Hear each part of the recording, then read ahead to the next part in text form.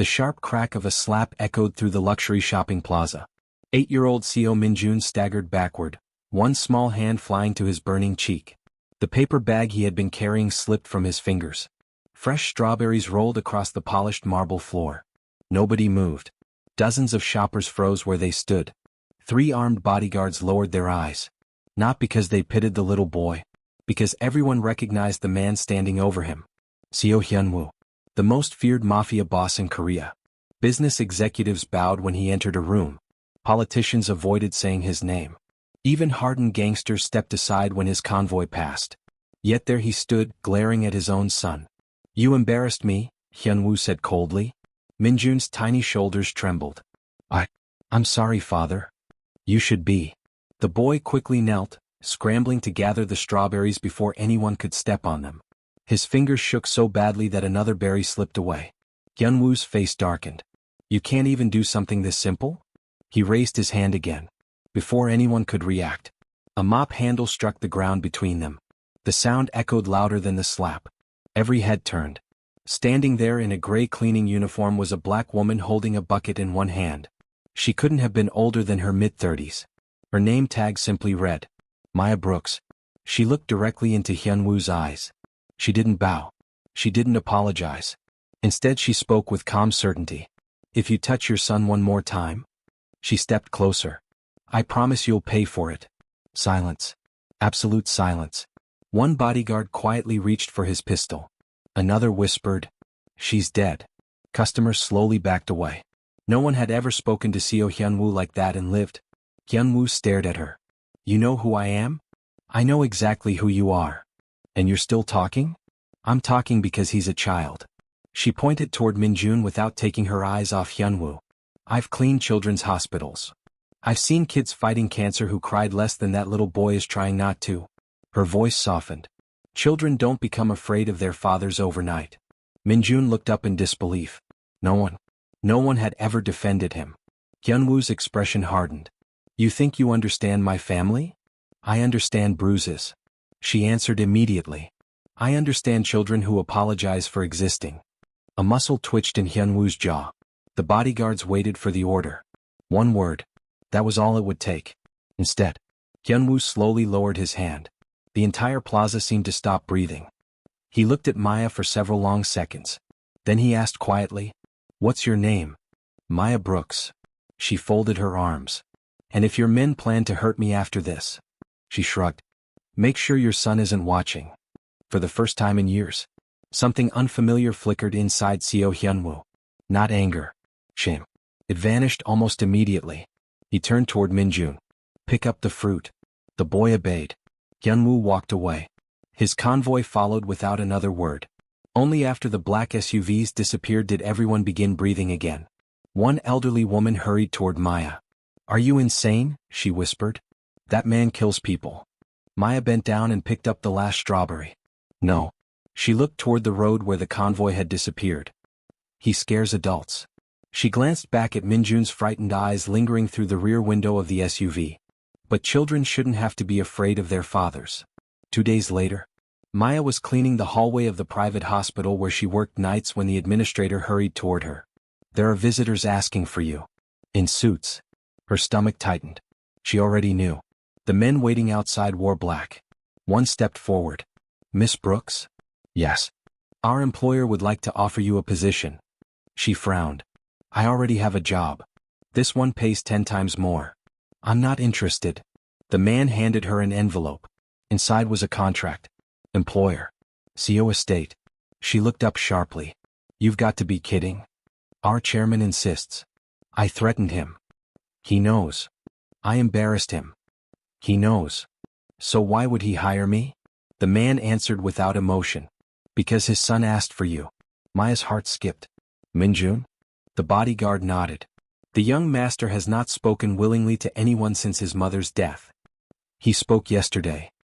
He asked one question." The guard looked directly at her. "When is the lady who protected me coming back?" Maya slowly closed the envelope. She had promised herself years ago that she would never again walk willingly into a dangerous man's house. But she also remembered the look in that little boy's eyes. The silent plea. The desperate hope. Sometimes, children don't need a hero. They just need one adult willing to stay. 3 days later, Maya stood outside the tallest iron gates she had ever seen. Armed guards watched her from security towers. Cameras followed every movement. The black steel gates slid open without a sound, revealing a sprawling estate tucked into the hills outside Seoul. It looked less like a home than a fortress. The same bodyguard who had delivered the job offer escorted her inside. "I'm June," he said as they walked. "Head of security. You were at the shopping plaza." "I was. You were ready to shoot me." His expression remained unreadable. If Chairman Seo had given the order, yes. "And now you're walking me to my first day of work." Chairman Seo rarely does what people expect. Maya glanced around the enormous courtyard. Everything was immaculate. The stone paths gleamed. The gardens were perfectly trimmed. Yet the place felt strangely lifeless. No children's laughter. No music. No conversations. Only silence. A silence so heavy it seemed to settle over every wall. Inside, an elderly woman greeted her with a polite bow. "I'm Mrs. Han." Her warm smile was the first genuine expression Maya had seen since entering the estate. "I oversee the household staff." She handed Maya a neatly folded uniform. "You'll mostly clean the east wing."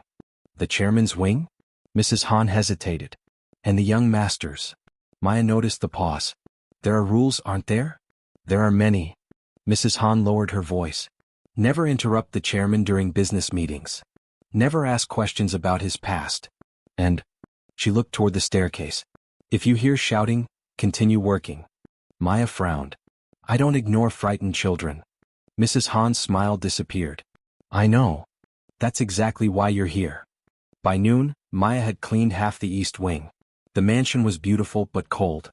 Family photographs were almost non-existent. The few that remained had been turned face down. As she dusted a hallway shelf, she noticed one silver picture frame tucked behind a vase. She carefully lifted it. A younger Hyunwoo smiled broadly beside a graceful woman wearing a simple white dress.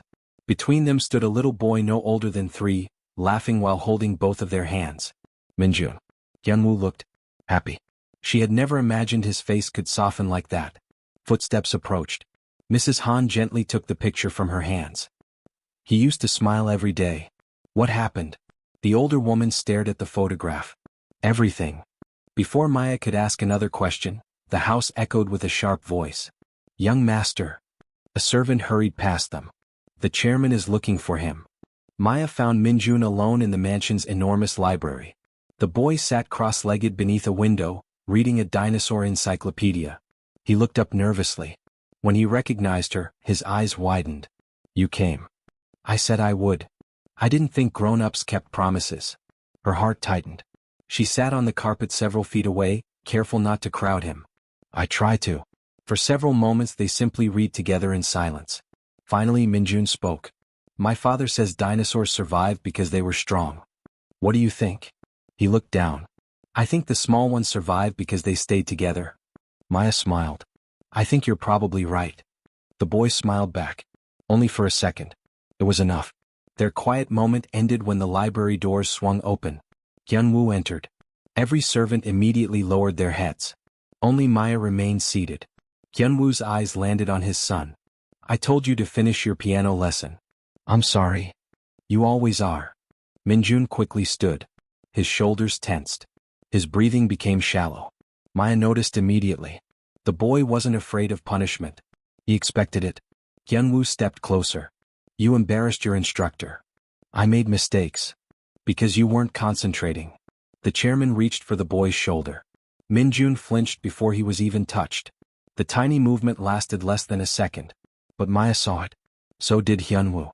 His hand froze in midair. For the briefest moment, pain crossed the Mafia boss's face. Then it vanished beneath his familiar mask. "You'll practice another hour?" "Yes, father." Minjun walked away without looking up. Maya rose slowly. "You don't have to scare him every time he makes a mistake." Hyunwoo didn't answer. "He thinks you're going to hit him." Silence. "You know that, don't you?" Still nothing. Finally he spoke. "Fear keeps children alive." Maya shook her head. "No. It teaches them to survive you." Their eyes locked. "You know nothing about my enemies. And you know nothing about childhood." His jaw tightened. "I buried my wife because she showed kindness." Maya blinked. I nearly buried my son because I showed love. Without another word, Hyunwoo turned and walked away. For the first time, Maya realized something. That wasn't anger in his voice. It was grief. That evening, Mrs. Han invited Maya into the staff kitchen. A simple meal of rice, grilled fish, and warm soup sat on the table. As they ate, Mrs. Han finally spoke. The chairman wasn't always like this. I guessed. He adored his wife. And Minjun?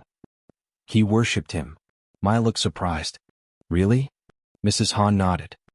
He used to carry him everywhere. She smiled sadly. The young master once refused to sleep unless his father sang the same silly song every night. What changed? The elderly woman stared into her bowl. 7 years ago. There was an attack. The chairman survived. So did Minjun. She stopped. The mistress didn't. Silence filled the room. After that, the chairman stopped being a husband. He stopped being a father. He became something else. Later that night, Maya carried fresh towels toward the family wing. As she passed Hyunwoo's study, she heard voices. Our enemies are moving again. We should relocate the young master. Another voice replied. No. As long as the boy stays here, Chairman Seo remains predictable. Maya slowed her steps. The second voice belonged to a senior lieutenant named Kang Dae-sik. Earlier that day, she had noticed how easily he gave orders to everyone, even in Hyunwoo's absence. There was something unsettling about him. Then she heard one final sentence. If the child becomes a weakness, we remove the weakness. Maya's blood ran cold. A floorboard creaked beneath her foot. The conversation inside stopped. The study door began to open. Maya quickly hurried down the hallway, forcing herself not to run.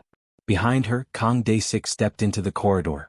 His cold eyes followed her retreating figure. He smiled. Not warmly. Like a man who had just found a problem that needed to disappear.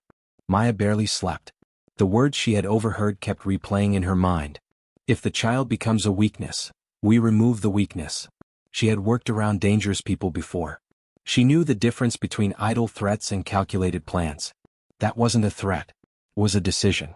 Someone inside the mansion wanted Minjun dead. The next morning, the mansion stirred earlier than usual. Luxury cars rolled through the gates one after another. Men in dark suits entered carrying folders and briefcases. Mrs. Han leaned toward Maya while arranging fresh flowers in the foyer. The board is meeting. The chairman's organization? The businesses he owns. Maya had almost forgotten that Seo Hyunwoo wasn't only feared in the underworld. He controlled construction firms, shipping companies, hotels, and import businesses across Asia. To the public, he was simply another billionaire executive. Only a handful of people knew where his real power came from. Minjun sat alone at the breakfast table. A perfectly prepared meal rested untouched before him. You're not hungry? Maya asked gently. The boy shook his head. My father doesn't eat breakfast. So, I don't either. She pulled out the chair beside him. That's not how growing boys become dinosaur experts. A tiny smile appeared. She picked up a spoon and tasted the soup first. This cook deserves a medal. Minjun giggled. The sound was so unexpected that several nearby servants looked over in surprise. You laughed, Maya said. I did. I like that sound. So did my mom. The smile disappeared almost instantly. Maya wished she could pull the words back. Instead, she quietly reached across the table. You miss her every day. He nodded. I don't remember her voice anymore. That confession struck Maya harder than she expected. Children weren't supposed to lose memories of their mothers at 8 years old. Not this way. She squeezed his hand. Then we'll make sure you never forget how she loved you. Before he could answer, heavy footsteps echoed across the dining room. Hyunwoo entered. He stopped. His son was smiling. For several seconds he simply stared. Maya noticed something strange. He didn't seem angry. He seemed confused. Almost as though he'd forgotten his son was capable of happiness. You should be in your lesson, Hyunwoo said quietly. After breakfast, Maya answered before Minjun could speak. The room froze. One of the servants nearly dropped a tray. Nobody interrupted the chairman. Ever. Hyunwoo looked at her. He has responsibilities. So does every child. He'll eat first. The silence stretched. Finally, Hyunwoo pulled out the chair opposite his son. Without a word, he sat down. Mrs. Han blinked in disbelief. It was the first family breakfast anyone in the mansion had seen in nearly 7 years. Hyunwoo didn't touch his food. He simply watched Minjun eat. Awkwardly. Almost like a stranger trying to remember how to be a father. Halfway through the meal, Minjun accidentally knocked over his glass of orange juice. The liquid spread across the white tablecloth. The boy froze. His breathing became shallow. "I'm sorry." His voice shook. "I'll clean it." He hurried to stand. Hyunwoo's face hardened. Maya felt every servant tense. Everyone expected another slap. Instead, Hyunwoo closed his eyes. For one long moment, his hand tightened around the edge of the table. Then he slowly reached for a napkin. "It's only juice." The words sounded unfamiliar coming from him. He handed the napkin to his son. "Clean it together." Minjun looked up in disbelief. "You're not angry?" A shadow crossed Hyunwoo's face. "No." The boy smiled.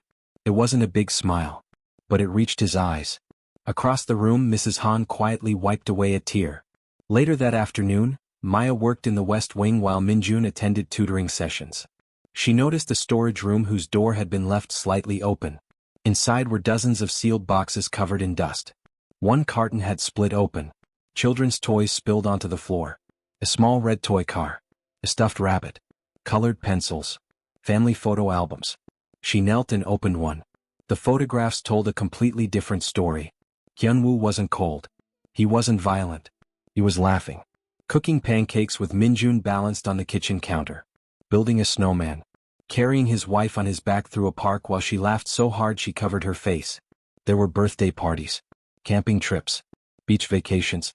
One picture caught Maya's attention. Hyunwoo wore the same silver compass watch she'd seen in the shopping plaza. His wife held his wrist, smiling at the camera. Written beneath the picture in Korean were the words, "As long as we find our way back to each other." The compass watch. She suddenly remembered it. It was the same watch he still wore every day. The only thing from his old life he had never removed. Just then, a voice spoke behind her. "You weren't supposed to see those." Maya turned. Mrs. Han stood quietly in the doorway. "He locked them away after the funeral. He couldn't bear looking at them." Maya carefully closed the album. "He loved them. He still does." "No." Mrs. Han shook her head sadly. "He believes he doesn't deserve to." That evening, the mansion security alarms suddenly sounded. Every guard rushed into position. Black SUVs entered through the front gates at high speed. June hurried toward Hyunwoo. "We caught one of the informants." "Alive?" "Barely." Hyunwoo walked toward the underground security room. Without thinking, Maya followed at a distance. Inside, a frightened young man sat tied to a chair. His face was bruised. He looked no older than 25. Hyunwoo stood before him. "Who sent you?" The man remained silent. One of the guards stepped forward. "Chairman." "I'll make him talk." Hyunwoo raised a hand. "No." No one spoke. The confession hung in the underground security room like smoke after an explosion. Hyunwoo remained seated, his eyes fixed on the silver compass watch around his wrist. His wife had fastened it there on their 10th wedding anniversary. "No matter how lost life gets," she had whispered, "this will remind you to find your way home." For 7 years he had believed she died because he wasn't ruthless enough. Now he realized something far more devastating. She had died because he had trusted the wrong man. Slowly he stood. "June." "Yes, Chairman." "Find Kang Dae-sik." June hesitated. "He isn't in the mansion." "What?" "He left 23 minutes ago." Hyunwoo's eyes narrowed. "He said he was meeting investors." The chairman looked toward the prisoner. "When was the attack supposed to happen?" The young man swallowed hard. "Tonight." "Against who?" The prisoner's voice barely rose above a whisper. "Your son." Upstairs, Maya was helping Minjun finish a drawing. The little boy had sketched 3 people standing beneath a cherry blossom tree. A mother. A father. A son. The mother's face was only a simple outline. "I don't remember her eyes anymore," Minjun admitted quietly. Maya's heart broke. "You don't have to remember every detail." "Why?" "Because love remembers for us." Before Minjun could answer, every alarm inside the mansion blared at once. Red emergency lights flashed across the ceilings. June's voice thundered through the intercom. "Lock down the estate. All units to defensive positions. Protect the young master." Maya immediately pulled Minjun behind her. "What happened?" No one answered. Gunfire erupted outside. Black SUVs smashed through the front gates. Masked gunmen poured into the estate. Glass exploded inward. Servants screamed. Security guards returned fire from behind stone pillars. The peaceful mansion became a battlefield within seconds. June burst into the room. "We have to move." He grabbed Minjun's hand. "The safe room." Another explosion rocked the hallway. Dust rained from the ceiling. Maya scooped Minjun into her arms. "Stay behind me." The boy buried his face against her shoulder. "I'm scared." "I know." She kissed the top of his head. "But you're not alone." Meanwhile, Hyunwoo walked through the chaos with terrifying calm. Bullets shattered windows around him. His guards formed a shield, but he pushed past them. "No. I'm ending this myself." One attacker charged toward him. Hyunwoo disarmed the man with frightening precision, sending the weapon sliding across the marble floor. Another rushed from the staircase. Within seconds he was unconscious. Yet something had changed. The old Hyunwoo would have killed them without hesitation. Tonight, he simply kept moving. His only destination was his son. Deep inside the mansion, Maya, June, and Minjun reached the hidden panic room. A steel door slid open. June entered a security code. Suddenly, a voice echoed behind them. "No need. I already know the code." Everyone froze. Kang Dae-sik stepped out of the shadows. Half a dozen armed men surrounded him. His smile was calm, almost friendly. "Chairman Seo always trusted me with everything." He looked at Minjun. "Even his greatest weakness." June immediately drew his pistol. "So it was you." Kang chuckled. "It was always me." He looked toward Maya. "You've been causing problems since the day you picked up that mop." "I hate bullies." "So I've noticed." He pointed his gun toward Minjun. "The boy dies. The chairman falls apart. The empire becomes mine. Simple. Efficient. 7 years of planning. One final step." Maya slowly stepped in front of Minjun. "You'll have to shoot me first." "I have no problem doing that." "I know." She looked directly into his eyes. "But every second you waste threatening me?" Hyunwoo gets closer. Kang laughed. "He'll never make it." Just then, a calm voice echoed through the corridor. "You're right." Everyone turned. Seo Hyunwoo stood alone at the end of the hallway. No bodyguards. No weapons. Only the silver compass watch on his wrist. Kang frowned. "You came alone?" "I came for my son." "You came to die." Hyunwoo slowly shook his head. "No. I came to stop running from the truth." Kang smiled. "You still don't understand. I gave you everything. Power. Fear. Respect. I turned you into the man Korea fears." Hyunwoo's eyes never left Minjun. "And you took away the man my wife loved." Silence. For the first time, Kang's smile weakened. "You made one mistake." Hyunwoo continued. "You thought fear made me strong. It made me empty." He looked at his trembling son. "And today, I'm choosing my family." Instead of reaching for a weapon, Hyunwoo removed the silver compass watch. He held it tightly in his hand. "This watch reminded me who I used to be." He looked at Kang.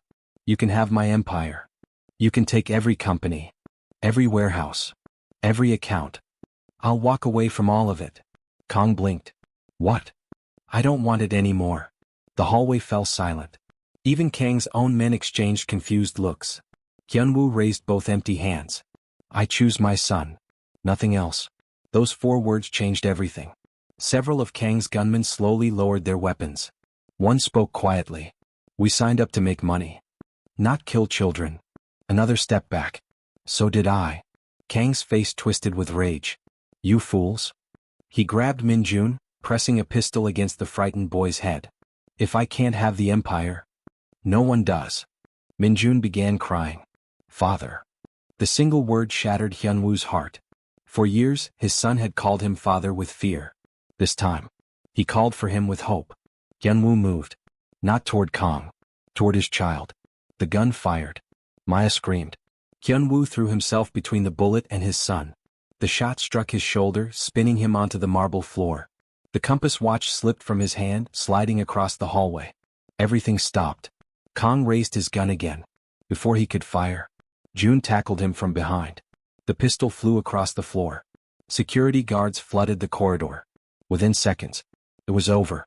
Kang Dae-sik lay handcuffed, his 20-year betrayal finally exposed. As paramedics rushed inside, Minjun dropped to his knees beside his father. Blood stained Hyunwoo's white shirt. The boy clutched his hand with both of his tiny hands. His voice trembled. "Please don't leave me too." Hyunwoo smiled weakly. For the first time in 7 years? It wasn't forced. I'm sorry. He struggled to breathe. For every time. I made you afraid. Tears streamed down Minjun's face. I never stopped loving you. Hyunwoo gently touched his son's cheek. I know. No. Minjun sobbed. I love you too, Dad. The word hit everyone in the hallway. Even hardened bodyguards quietly wiped their eyes. Maya looked toward the fallen compass watch. She picked it up carefully. The glass had cracked from the fall. But the hands were still moving.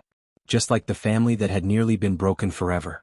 6 months later, spring had returned to the CO estate. Cherry blossoms drifted lazily across the garden paths, covering the once cold courtyard in soft shades of pink. The mansion looked different now. Not because the stone walls had changed. Because the silence had. It was no longer the silence of fear. It was the peaceful quiet of a family finally learning how to live again. The massive iron gates still stood guard, but most of the armed checkpoints were gone. The black SUVs had disappeared, replaced by ordinary family cars. The empire that had made Seo Hyunwoo one of the most feared men in Korea no longer existed. Within weeks of Kang Dae-sik's arrest, Hyunwoo had voluntarily surrendered evidence that dismantled the criminal organization from the inside. Authorities uncovered years of corruption, money laundering, and murders orchestrated by Kang and his loyalists. Dozens of high-ranking criminals were arrested. Many people expected Hyunwoo to flee. Instead, he stayed. He accepted responsibility for the crimes he had committed while secretly cooperating with investigators to protect innocent employees and legitimate businesses that had been trapped under the syndicate's control. The newspapers called it the most shocking collapse of a criminal empire in modern Korean history. Hyunwoo called it his second chance. Maya smiled as she walked through the front gate carrying a small paper bag. She no longer worked at the mansion. She visited because someone insisted she come every Saturday. Before she could ring the bell, the front door burst open. Maya.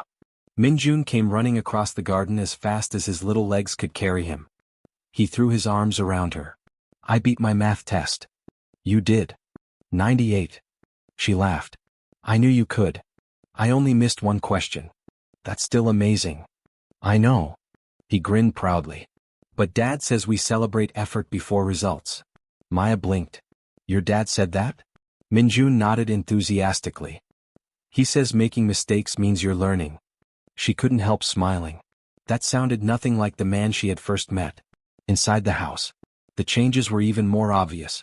Family photographs covered the hallway again. The old albums had been carefully restored.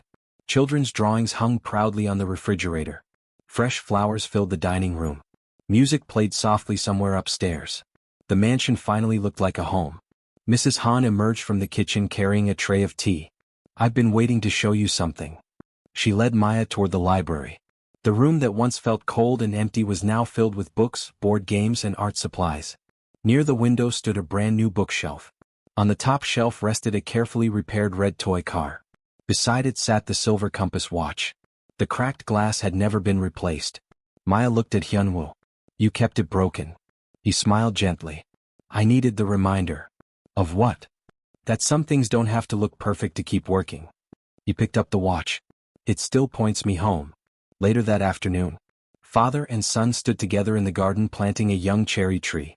Hyunwoo dug the hole while Minjun carefully lowered the sapling into the earth. What if it doesn't grow? Minjun asked. His father brushed dirt from his hands. Then we'll learn why. And plant another. The boy smiled. You don't get angry anymore. Hyunwoo became quiet. No. I wasted too many years being angry. He knelt until they were eye level. I'm still learning. So am I. Minjun wrapped his small arms around his father. This time, Hyunwoo hugged him first. Not carefully. Not awkwardly. Like a father who finally understood that love was never weakness. It was courage. That evening Maya prepared to leave. Hyunwoo walked her to the front gate. For a moment neither of them spoke. Finally he broke the silence. I owe you more than I'll ever be able to repay. You don't owe me anything. I do. You saved my son. Maya smiled softly. No. I reminded you he was worth saving. Hyunwoo lowered his head. I used to think fear protected him. You were protecting yourself. He nodded slowly. I was afraid. Afraid of losing him? Afraid of loving him. Maya looked toward the garden where Minjun was chasing butterflies.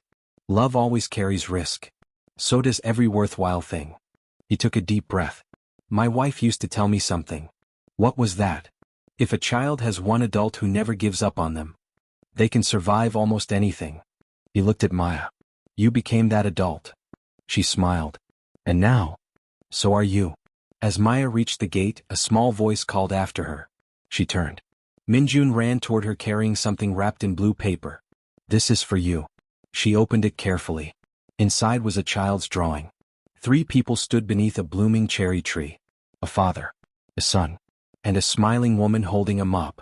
Above them, written in careful handwriting, were the words, "Families don't have to be born together to save each other." Maya felt tears fill her eyes. She knelt and hugged him tightly. I'll treasure this forever. I know.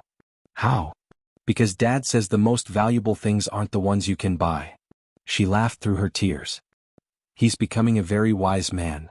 Minjun grinned. I think so too. 1 year later, the cherry tree stood taller than Minjun. Every Saturday the 3 of them gathered beneath its branches for lunch. Sometimes they laughed until their stomachs hurt. Sometimes they simply enjoyed the quiet. The cracked compass watch always rested on the picnic blanket beside them.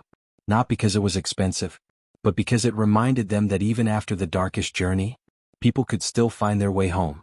The man once feared across Korea was no longer remembered for the empire he built. He was remembered by one little boy for something far greater. The day his father chose love over fear. And Maya Brooks, the cleaner everyone thought was powerless, proved that true courage isn't measured by wealth, strength, or influence. Sometimes, it begins with one ordinary person refusing to stay silent when a child needs someone to stand between them and fear.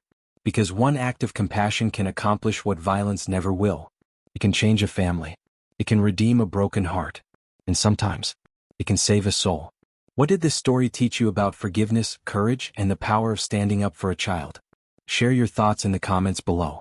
We'd love to hear where you're watching from and what moment touched you the most. And if this story moved you, don't forget to like, subscribe, and turn on notifications for more unforgettable stories about hope, redemption, and the extraordinary power of ordinary people. Until next time, remember, sometimes the bravest words in the world are simply, enough.